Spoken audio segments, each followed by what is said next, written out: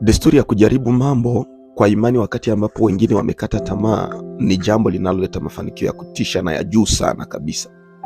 Katika maisha ya Daudi tunaona hali hii ikijitokeza wakati ambapo ukiangalia katika stori ya Biblia iliyo katika Samueli wa kwanza sura ya 17, unaweza ukamkuta mwanaume mmoja anaitwa Goliati.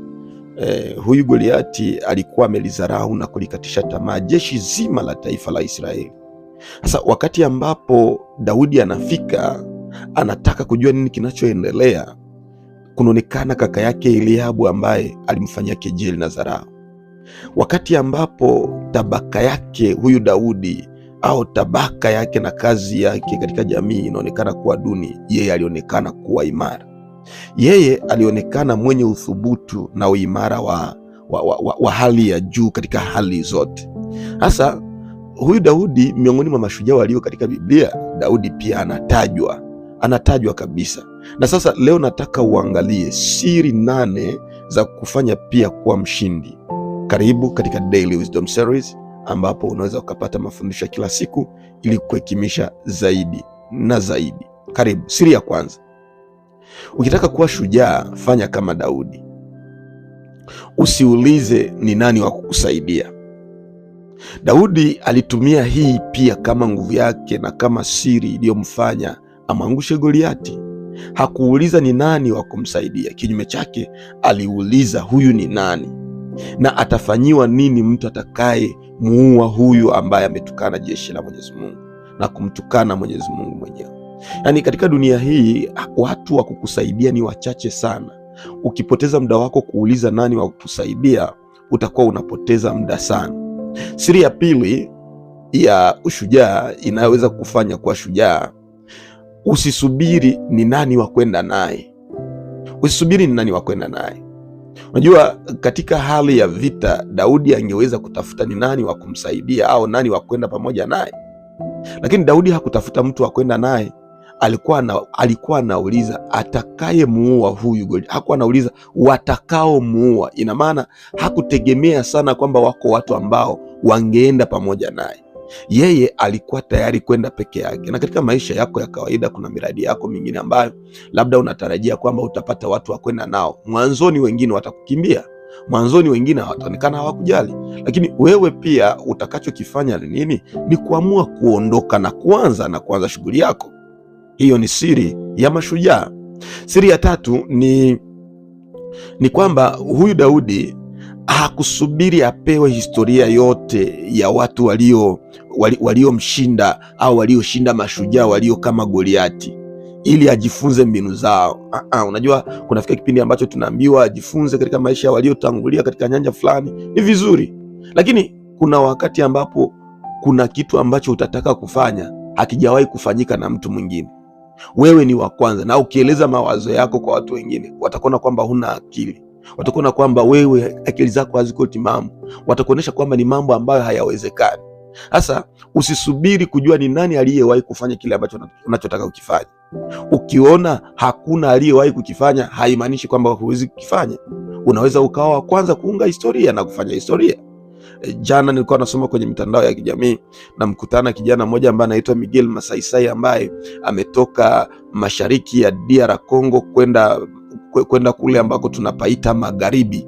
Anaenda magharibi, yani anatoka mashariki Goma anajielekeza Kinshasa kwa kutumia baiskeli, sio gari, sio ndege, lakini baiskeli. Amepanda nayo milima, ameshuka nayo mabonde, amevuka pori ambazo ni hatarishi sana, lakini hakuna mkongomani aliyewahi kufanya hivyo. Yeye amekuwa wa kwanza. Usisubiri kuona ni nani aliyetangulia kufanya ili wewe ufanye. Daudi alijua kwamba ile ni siri ya mashujaa. Siri ya nne ya Daudi, huyu Daudi hakujali majibu ya watu wasiokuwa na imani kama kaka yake Eliabu. Unajua kipindi ambacho Daudi anakuja anapoanza kuzungumza kuhusu yule Goliati na namna ambavyo yeye angetaka apambane naye, majibu ya kaka yake Eliabu yalionyesha mtu asiyekuwa na imani. Anamwambia, sasa wewe wale kondoo wachache ambao unawachunga kule porini, kule nyikani, umewaachia nani? Najua moyo wako namna ulivyo mbaya. Wewe una kejeli, una kiburi wewe Daudi. mambo haya wakubwa, mambo ambayo hayakustahili. Sasa sikilizeni nikwambie, katika siri za mashujaa, siri zinazoweza kukufanya kuwa shujaa, wewe unasikiliza lakini haufuati kile wanachokisema. Sio kila walichokisema ndicho lazima ukifuate. Kuna watu ambao baada ya kuzungumzia sana kwenye masikio, wewe unaweza ukakamata uamuzi mbaya na ukakataa kufanya kile ambacho listahili ukifanya kwa sababu tu umeogopa. Tena unaogopa nini? Watu wasiokuwa na imani. Kuna watu wasiokuwa na imani na miradi yako, ambao huwezi kuendana nao, ambao huwezi kutarajia kwamba watatoa kitu kilicho chema kwako. Sasa mashujaa hawasikilizi watu wasiokuwa na imani katika miradi yao. Kuna mtu ambaye hatakuwa na imani katika mradi wako. Kuna mtu ambaye utaelezea mradi wako, anakuona kama wewe ni kichaa, hauenezi akili. Sasa ukishafuata kile walichokisema na kukifanyia kazi kila mara, wewe utaonekana kurudi nyuma. Sasa nisikilizeni, katika siri za mashujaa, siri ya 4, usijali majibu ya watu wasiokuwa na imani. Daudi alijua hili, hakujali majibu ya Eliabu. Alikataa kabisa kufuata majibu ya nani? Ya huyo Eliabu. Siri ya 5, hakutosheka na majibu ya mtu mmoja kuhusu zawadi atakazopewa mshindi zidi ya Goliati. Alikuwa anatoka, soma kisa chako vizuri, soma historia vizuri. Alikuwa akitoka kwa huyu anamsikiliza, anatoka kwa huyu anamsikiliza, anatoka kwa yule anamsikiliza. Katika kipindi ambacho unaanza kusikiliza watu, kwa sababu kama tukisema usisikilize watu wasiokuwa na imani, sijamaanisha kwamba usisikilize maoni yao. Utasikiliza maoni yao, lakini kusikiliza kwa maana ya kufuata. Usifuate maoni yao, wale wasiokuwa na imani na ndoto zako. Sasa hapa tunaposema kutokutosheka na majibu ya mtu mmoja ni siri ya 5. Yani ukimsikiliza huyu, msikilize na mwingine, msikilize na mwingine, msikilize na mwingine, ila kumbuka, uamuzi wa mwisho ni wa kwako wewe. Uamuzi wa ni hatua gani ichukuliwe ni wa kwako wewe. Kuna watu wengine wanasema ya kwamba ukiwasikiliza watu mawazo yako yatakufa. Sikiliza, sio kusikiliza kwa maana ya kufuata. Kusikiliza kwa maana tu ya kuelewa wao wanafikiri nini. Mafikiri yako na mafikiri yao sio lazima kwamba yaende kwa pamoja. Sasa usitosheke na majibu ya mtu mmoja. Inaweza kuwa huyu uliyemwangukia ni mtu ambaye asiyekuwa na taarifa sahihi kuhusu kile ambacho unachotaka kukifanya. Sasa nataka nizungumzie siri ya 6. Usirizike na kwamba watu watasema kuhusu habari yako ili watu wakukubali. Kuna vipindi ambavyo unahitaji habari zako zisemwe, habari zako zijulikane, kwa sababu hata kama ukiwa na vipaji namna gani na haujavijulisha kwa watu, basi havitafalia chochote, kwa sababu hakuna anayejua. Ina maana watu wajue uwezo ulio nao, ili kwamba wapate kufaidi suluhisho ambazo unazozileta. Unajua jamii yetu leo hii inahitaji suluhisho, haihitaji matatizo. Matatizo yameshakuwa mengi sana na mengine yanasababishwa kila mara.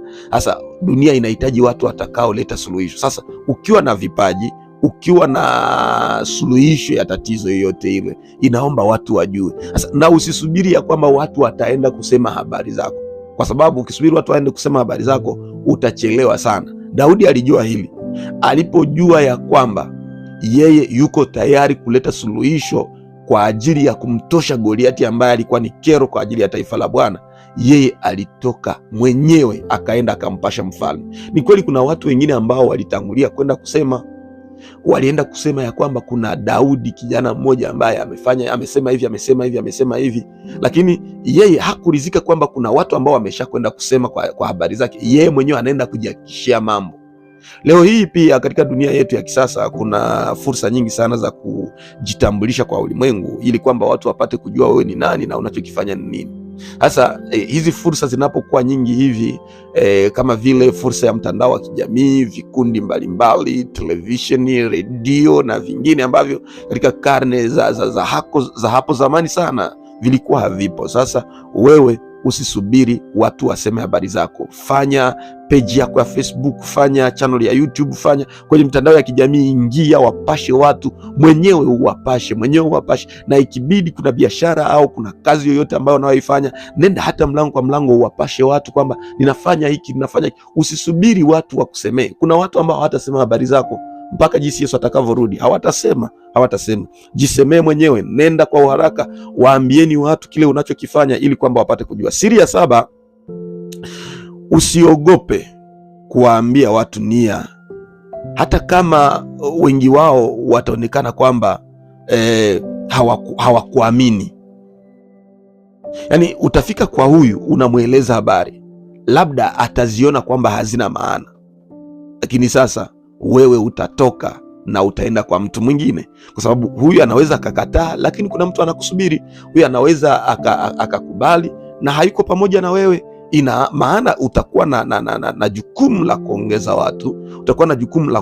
watu, na usiogope pale watakapokuambia hapana, kwa sababu kukataliwa ni kawaida.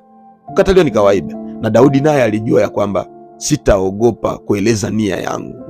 Eleza nia yako, hata kama inaonekana kama ni wenda wazimu, kwa sababu ukiangalia umri wa Daudi, ukiangalia kimo cha mwili wake na kulinganisha na urefu wa Goliati, kulinganisha uzoefu wa Goliati na uzoefu wa Daudi, mchunga kondoo na mwanajeshi, mtu aliye na silaha za vita na asiyekuwa na silaha za vita, akisema ya kwamba nia yake ni kumpiga Goliati, wako watu ambao hawatakubali. Na hivyo utaanza kuogopa na unaanza kusema labda mimi ndo mwenye makosa, nilifikiri vibaya au nia yangu ni mbaya. Hapana, sio lazima iwe hivyo. Jitahidi kuhakikisha ya kwamba wewe unawapasha watu nia ulionayo. Siri ya 8 na ndiyo kubwa, nataka uisikilize vizuri: kumtegemea Mungu. Hizo ni siri 8 za mashujaa.